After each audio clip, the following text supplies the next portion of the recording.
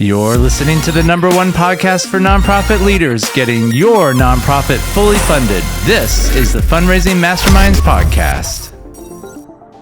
In fact, if God isn't part of it, I don't want to be part of it myself. Yeah, right. People bathe this event in prayer. Some of them desperately have to pray. I see people with almost no faith whatsoever, but they have the faith of just even a little mustard seed, and they put that in the ground and God blesses it. I love that they learn development knowledge, but to be honest with you, I almost love it more that their faith grows.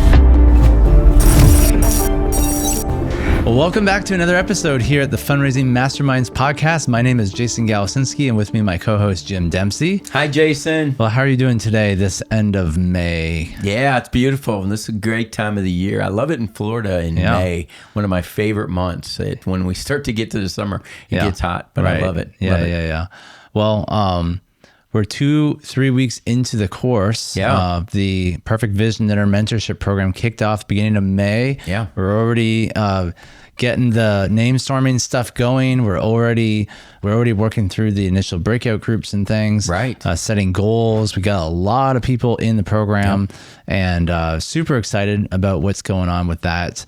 And I hope that if you've been listening to this for a while, I hope you were able to jump into the Perfect Vision Dinner because God is going to do some great things. Yeah. But Jim, what's really interesting is we've got a good team that answers calls and does questions and things like that as we get, unfortunately, because we get so many requests and people have so many questions, we try to streamline things a bit. We can't always, jump on and answer everyone's individual concerns or questions. So we try to streamline things, and we have a team of people who, try their best to answer and get on calls with people. But sometimes, and this has been happening a lot more recently, people on the internet, they see ads or they see things and they just immediately think the worst, right? They just think this is a prosperity gospel thing. Jim and Jason are false whatever prophets. And, we're just all, anything that's like Christian and money, and you put that together and you think of Benny Hinn or you think of whatever, and we've just had all kinds of people say stuff that like they know us, right? And yet they haven't talked to anyone on our team, they haven't asked any questions, they just send some nasty email or put it out there, and so you and I have been, we kind of just laugh at these, kinds of comments as they come in, and we're like, man, these guys don't even, it's like, you don't even know anything about us. For the most part, I discount it, but you're right. There's some that kind of stick at you. And we try our best to do episodes to address, some concerns or whatever. And so we thought, one of our team members said, this topic of the prosperity gospel has come up a few times. Do you have any material that addresses that particular issue? Right. And we said, actually, no. So hence, we have a new podcast episode entitled, "Is the Perfect Vision Dinner Model a Prosperity Gospel Tactic?" Wow. So we're going to talk about, what is the prosperity gospel? Is this something that we promote in the Perfect Vision Dinner? Is this something that we teach in the Perfect Vision Dinner? Let's talk about it. Best way to talk about a topic is just to get out in the open and have a discussion. So here we go. So I think this is going to be a good one, for at least our team members to be able to send to people, hopefully we can address some of the concerns that people might have. Right. Well, Jim, let's talk about what the prosperity gospel is, just so that we can define some terms and make sure that we're on the same page with what the listener thinks. Absolutely. Because you say things like prosperity gospel, and it's like I might be thinking one thing and they're thinking something else. Sure. So what do we mean by prosperity gospel? Well, in so many ways, prosperity gospel, I tend to call it name it and claim it, because the prosperity gospel is all about positivity, positive thinking. It's all about say this and God will do it. It's all about if you have enough faith, God will move on your behalf. what a lot of those ministries that promote that are forgetting is that one little element, if it is according to God's will. And when you don't just claim that God is going to provide $1 million. If that's God's will for me to have $1 million, terrific. I will have $1 million. But in most cases, it's not God's will. And definitely, I don't want to be claiming anything that's not God's will. I do not have an abundance of knowledge, Jason. I am not all-powerful, all-knowing. And I don't know if that surprises you, but I am not. I know the listeners are not surprised, but I do not presume upon the Lord on anything. And as much as I might think in my mind I would love to have $1 million, it may be God's plan for me not to have $1 million. It might be better in the long run for me not to have $1 million. No, I mean, it may be that God intentionally is keeping me from having $1 million just because he doesn't want what it will do in my life. It might corrupt my life. It might cause me to stumble. It might cause me to go down a wrong path. But in a way, it's exactly, if I'm looking at what you were trying to say, is that, I am going to need to trust God for things, and if I get money in advance that I'm not supposed to have, I would rather trust God for something big than that. I think maybe a lot of times when people see big numbers, right, and they see churches or Christian ministries, they just think, oh man, they're just milking everything. Yeah. They're using religious guilt, or they're using, tactics, or they're, we see all this crazy stuff on Facebook, because we run Facebook ads to try to promote our services, and people, say ridiculous things on there that are just not true. They don't know anything about us. But they ask, the thought is kind of like, isn't this like about money for money's sake, or isn't this just manipulating people, or you guys are just milking people under the name of God, or is this about promising blessing in exchange for giving? Like if you give, God will bless you if you give. Those are all things, like the prosperity gospel has kind of these ideas of like, if you give money, or if you raise a lot of money, you are blessed. And if you don't raise a lot of money, you are cursed, kind of thing. Or God is in your ministry because of all the money you have. So like, is any of that stuff that we're promoting in this course? No. And Jason, I mean, to a degree, I can somewhat see the concern, because unfortunately there are unscrupulous individuals out there that are trying to milk people. We've seen ministers, pastors, charlatans who are out there promoting and trying to get it. And when they see us put dollars out there of the success, if you didn't drill down, you could think that quite possibly we would be one of those organizations. When you see $500,000, $600,000, $700,000, $1 million that people are raising from our event, you could think, oh, they're just making these numbers up.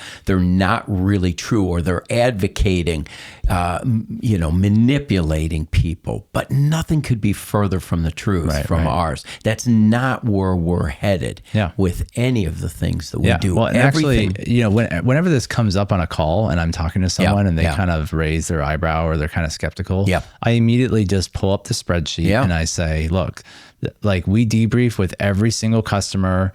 I spend an hour to an hour and a half going through, how they did at their dinner. We write down all the numbers, we record all the metrics, and I just show them the raw numbers. And then, they're usually like, that's usually like enough. But if they're still skeptical and they're like, oh, I don't know, you could have just made that up or whatever. I'm like, here's their number, here's their email. Just call them and talk to them yourself. That's right. I'm not paying anybody to say anything. That's right. Just call them and ask them, Well, and Jason, I get it. I mean, in a way, when you look at those numbers, you could think it's too good to be true. I mean, you could, and I get that. I mean, especially if you're used to raising $10,000 a year, and then you just think, how in the world would anybody raise $200,000 in one night? Well, and Jason, to a degree, and I say this with all humbleness, I almost feel like it's too good to be true in a sense. I have to thank God so often that he gives this. I mean, why should God decide to bless us and bless the ministries that we have? And the only thing that I can come back to is that everything we do, we give glory to God, we put God first, and we do it in a biblical manner. And we don't go through manipulation or trickery or, guilt, that's not what we do. So in a way, I can understand that they seem too good to be true, but they're not. Well, it's because, what people see, on Facebook and stuff is, with marketing, you have to put a lot of flash in front of people to get their attention, Yes, right? The whole point of the ads or the marketing is to just get your attention. Grab people. Because you're seeing a million things in a day, and something's got to grab your attention, right? And so the fact that you saw that and you're like, whoa, is this real? Or, oh, that's not real, or whatever. It doesn't really matter. It got your attention. It got you to stop scrolling. Yes. And then, the goal is that you would engage us and have a conversation with our team members, right? Yeah. And then that's where, you can drill down, you can ask questions, and then you can, if you're skeptical or you're not sure, then just be honest with them and say, these numbers seem too good to be true. Can I talk to somebody who's been through this? That's and we have tons of references, hundreds of references. Hundreds. We can just give you like 10 random ones. We can close our eyes and just say, you pick the list, and you can pick them out who you want to call. But it's hard for people to wrap their head around some of these numbers. I know. And like I said, I have a hard time. Sometimes I see the testimonies. I'm like, can you believe that these are the numbers we're getting? Because it's like people are going from we interviewed Evan Chase on the program recently, and he talked about like the most he ever raised was $10,000. Then he took our program, raised $126,000. Going from 10 to 126 is a massive increase. Or Brian, who went from 187, which was amazing, his first dinner, to $1.5 million. I mean, you just by human standards, you don't see those things happen. It just seems like that is not humanly possible, is what it feels like. And we would agree. Yes, it is not humanly because we don't want the credit. We want God to get all the credit. Yes. And I think he is on display, and he is honored, and he is lifted up, and that's what we want to do. Well, and I think too, maybe sometimes the reason why maybe some people think prosperity gospel is maybe because of our name, because maybe people see fundraising masterminds and they see, us with our arms crossed or something, and they think, oh, these guys are just, or they just think they're so wonderful. Egomaniacs. And who's a mastermind? It's just, and it's a term we chose to grab people's attention a bit, and we don't see ourselves as the be all or end all, or that we don't admit that there aren't millions of people smarter than we are. We know there are. It's just that we have 60 years of development experience, and we use those, but we don't say the mastermind perfects. We're not perfect. The prosperity gospel says, if you give, then God owes you, essentially, or if you do certain things, you will be blessed. It's a quid pro quo. You give to God, God gives to you. Right. So let me be super clear, and I hope that this is clear for everybody, but I wanted to be clear to say, we do not teach that if you do a perfect vision dinner, that God will bless you financially. Right. So that's point number one. We don't say that if you follow this model, you will get rich. Right. We don't teach that if you raise less than $100,000, that for some reason you just didn't have enough faith. Right. But I could see how people could say that, because we're always talking about, trusting God for big things. And well, I guess if I didn't get my 100,000, then I didn't have enough faith, Jim. Right. But ultimately, what we believe is that, that there's our part and then there's God's part. That's right. So we know, based on just experience that if you present the vision to the right people in a compelling way, right? There's a compelling way to do something and there's a non-compelling way. Right. Just like the movie industry kind of figured out, like there is a recipe to a good movie, right? Well, think about Hallmark. We use a Hallmark because there's a lot of Christians who watch Hallmark movies. Yeah. At Christmas time, there is a corny pattern. Yeah. Businesswoman goes back to small town, meets a young man who owns a tree farm. They haven't seen each other in 15 years. They connect together. They get upset with each other. They get back together. They get married. That's the formula. Yeah, and it's cheesy and everyone knows, but there's some kind of comfort in that. But everyone watches them, sure. Yeah. And same thing with action movies, same thing with superhero movies. They all have a general format. There's a protagonist and an antagonist. Yeah, and the reason is because it works. Right. You know, like if you're Hollywood, your goal is to make a movie that makes money, you know, or you want something you want to recoup your expenses, you want to make a profit, right? That's at the end of the day what they're trying to do. And so, you know, what we've learned over the years is that, you know, if you get up and just say, "Hi, everybody. My name is Jason Galasinski, and I am so glad that you are here at my fundraising dinner tonight. Now, I have a few words I'd like to say, and I'd like to introduce the board. And if everyone over here could stand up, and I'd like to recognize you, and thank you so much for supporting the blah, blah, blah initiative." And, you know, if I just go on and on, and I'm just... Please give money. Yeah. We need it. Please give... to keep our doors open. You know, in order for us to keep our doors open this year...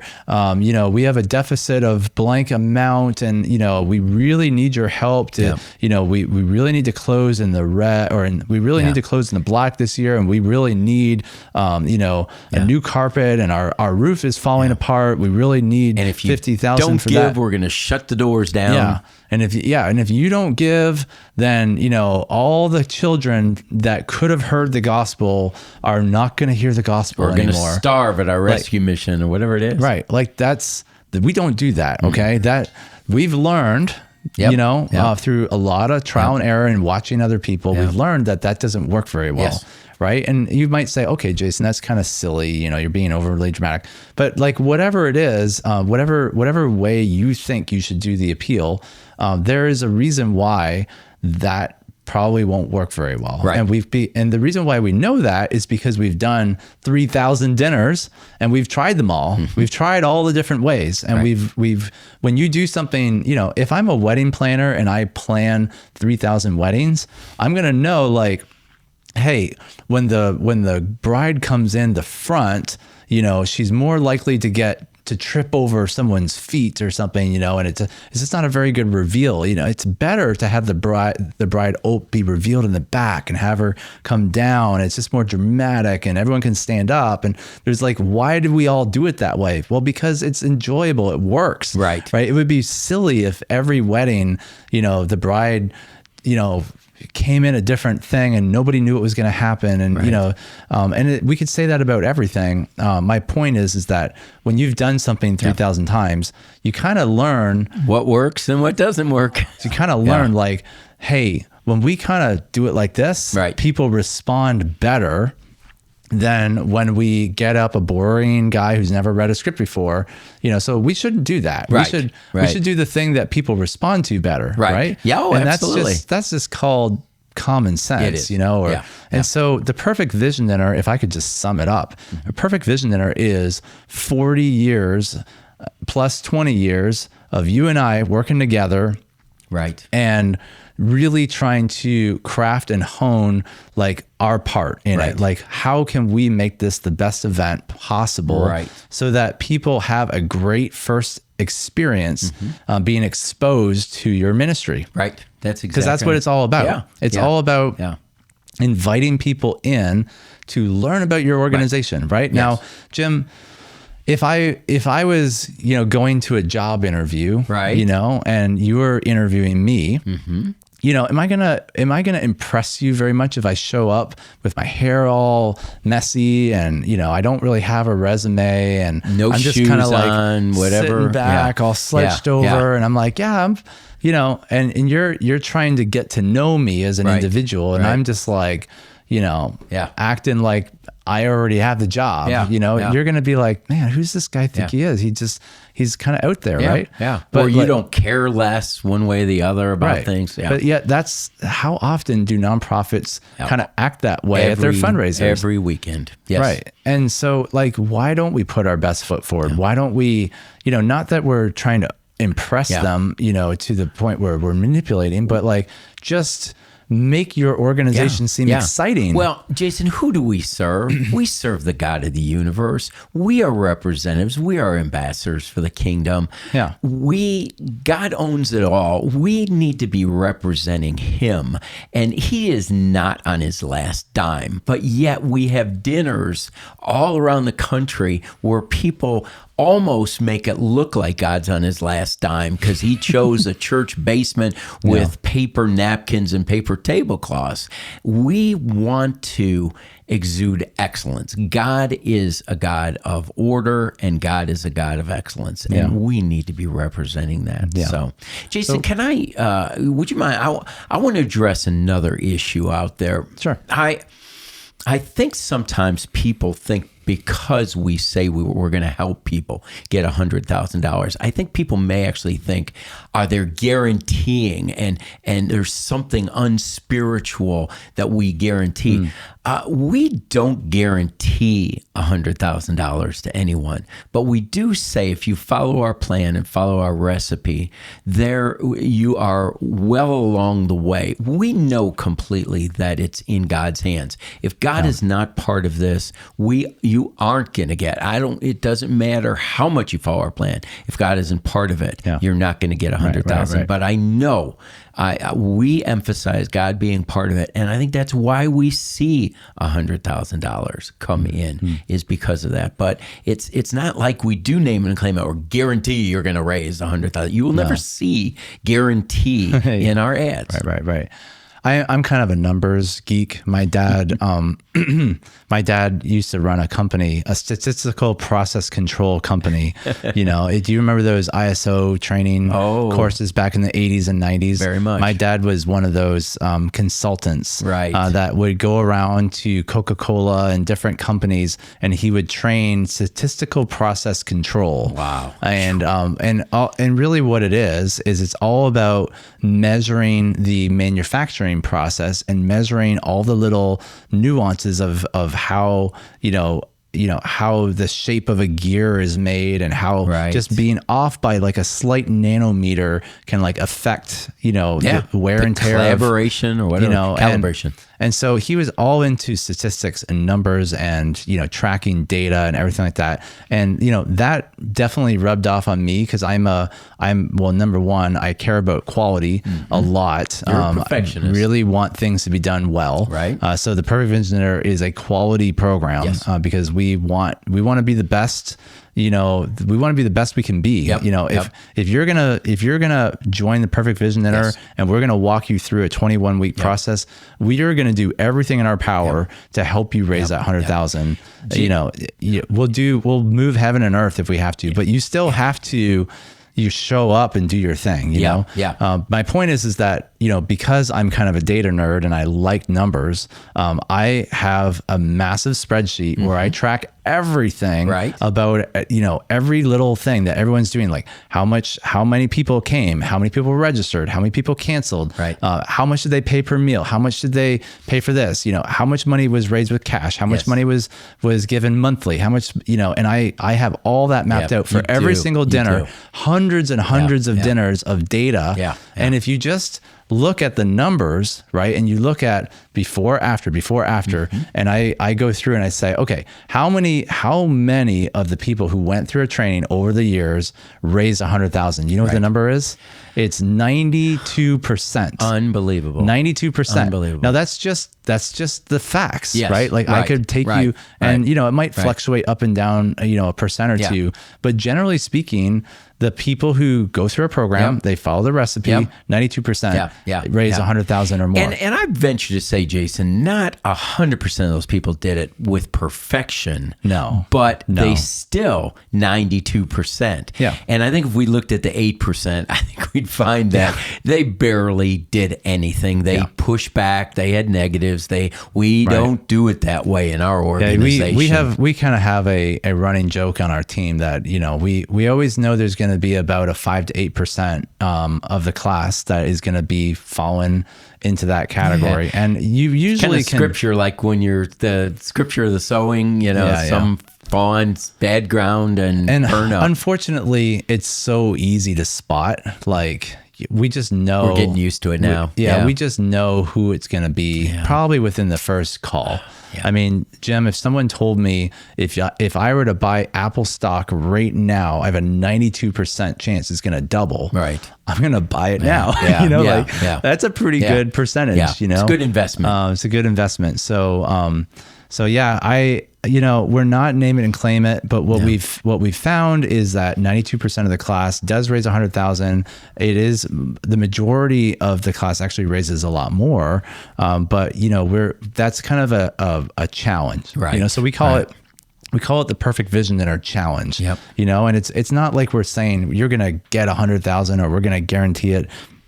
We're not saying that if you trust God and if you pray enough, you'll get 100,000. We're just saying statistically speaking, you know, the people who follow this plan, they tend to do more than 100,000. So let's focus on following the plan. We'll teach you what the plan is, you know, and part of the plan is praying and trusting God. You know, so it's not, that's another thing is maybe people think that you and I are, you know, that it's, you know, you've got to do it our way and God's not a part of it. But actually we invite God in. That is part of our plan, is that God is in it. Well, and if God isn't in it, we aren't going to have success. This is not a man-made formula that we say it's going to succeed. Honestly, if God isn't in it, in fact, if God isn't part of it, I don't want to be part of it myself.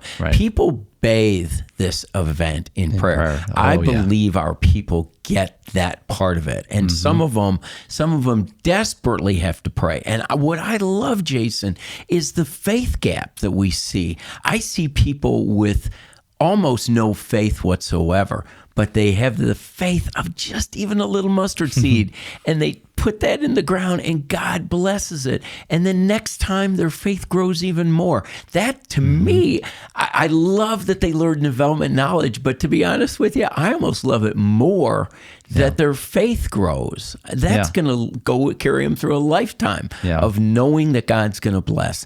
Jason, for 42 years, I've had to trust every paycheck that I've ever gotten to the Lord. Not once has Campus Crusade for Christ ever put a dime in a way to pay me. I mean, the paychecks come from them, but it's all 100%. Every dime that's ever come into our personal account has come in because the Lord provided it, not because Crew provided it. So I had to have faith. I had to grow.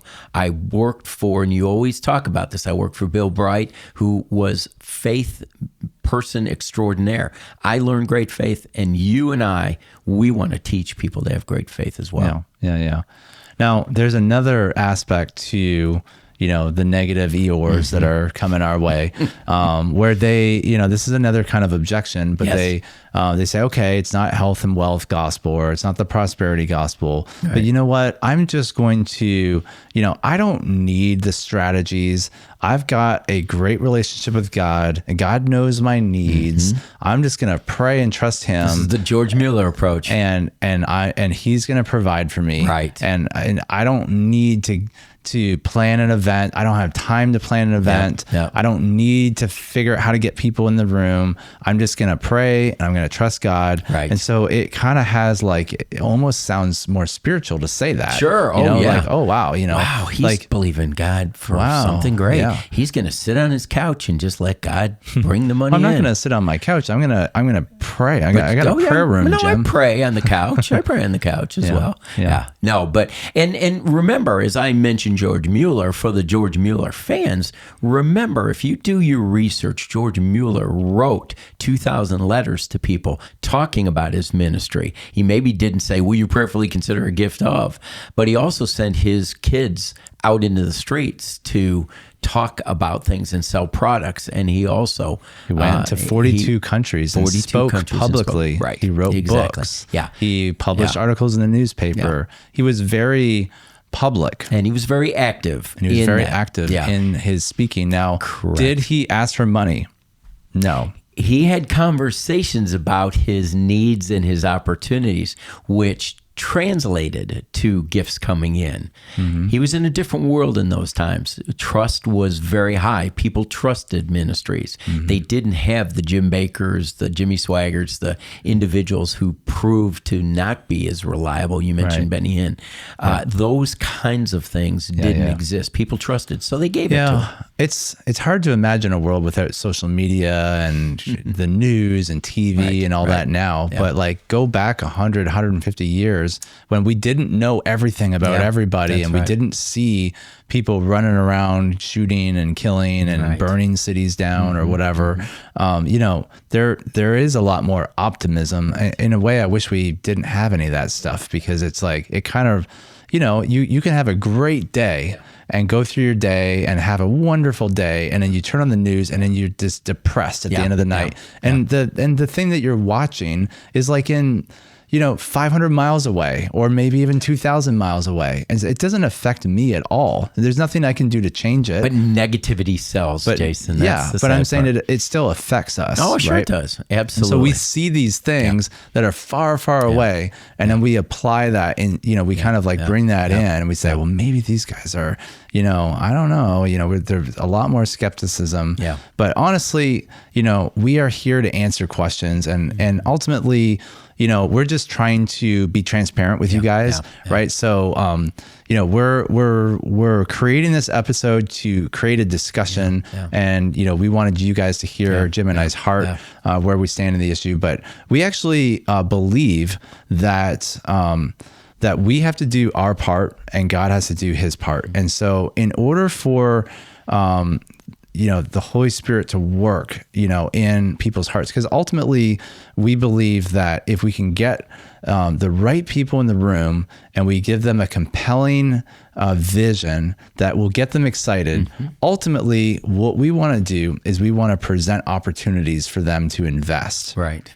But then we back off and we let the Holy Spirit help them decide what He wants them to give. Right. Right. We don't twist their arm or say, hey, I got 1,000 over here. Who wants to give 2,000? We don't do anything like that. We just simply let people know of the opportunities. Very similar to George Müller, right? Letting people know, honestly, this is where we're headed, and you have an opportunity to be a part of something exciting, right? And then just letting the Holy Spirit work in their hearts, right? If God wasn't in it, it would just fall flat on its face. That's right. But more often than not, what we see is God, convict or prick people in different ways, and they feel compelled to give. That's right. Not because not out of obligation, not out of manipulation. Because again, when we're focused on getting the right people in the room, what that means is that we're getting people in there that are missionally aligned with your mission. Right. So we're not just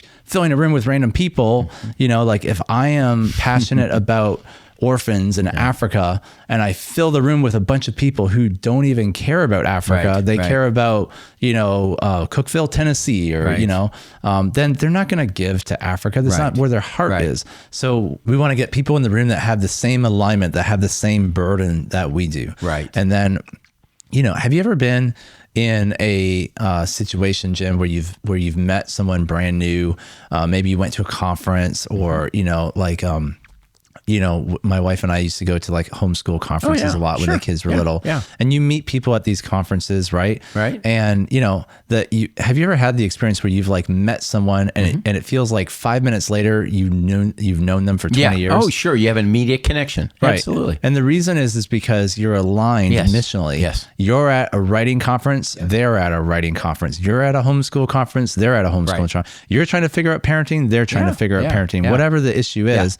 And because because you have a common interest, right? You're just instantly aligned. Correct. You just instantly feel like and your your best friend. backgrounds could be completely different, but Right. because your mission's focused, Right. you're on the same page. Now imagine getting 300 of missionally aligned people who are just as excited about your mission and your vision as you are. Yes. And you present that to them in a compelling, exciting way. What do you think is going to happen? Yeah. Or think about some individuals who wished they had an organization that they were missionally aligned with.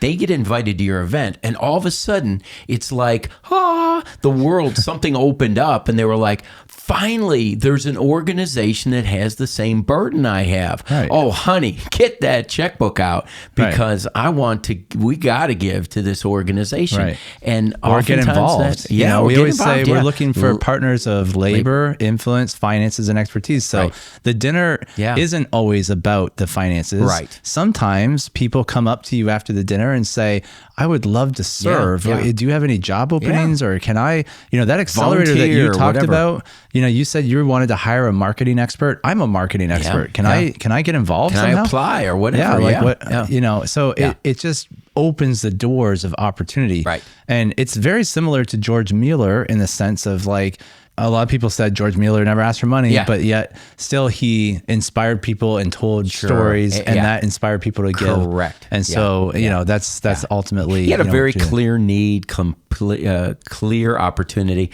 We're the same and you way. saw the results. Yeah, absolutely. Anyways, I hope that this was helpful. Again, we were talking about, is the perfect vision dinner model a prosperity gospel tactic? Are we name it and claim it people, Jim? We are not. We are not name it and claim it people at all. We just believe that the God that we serve owns everything.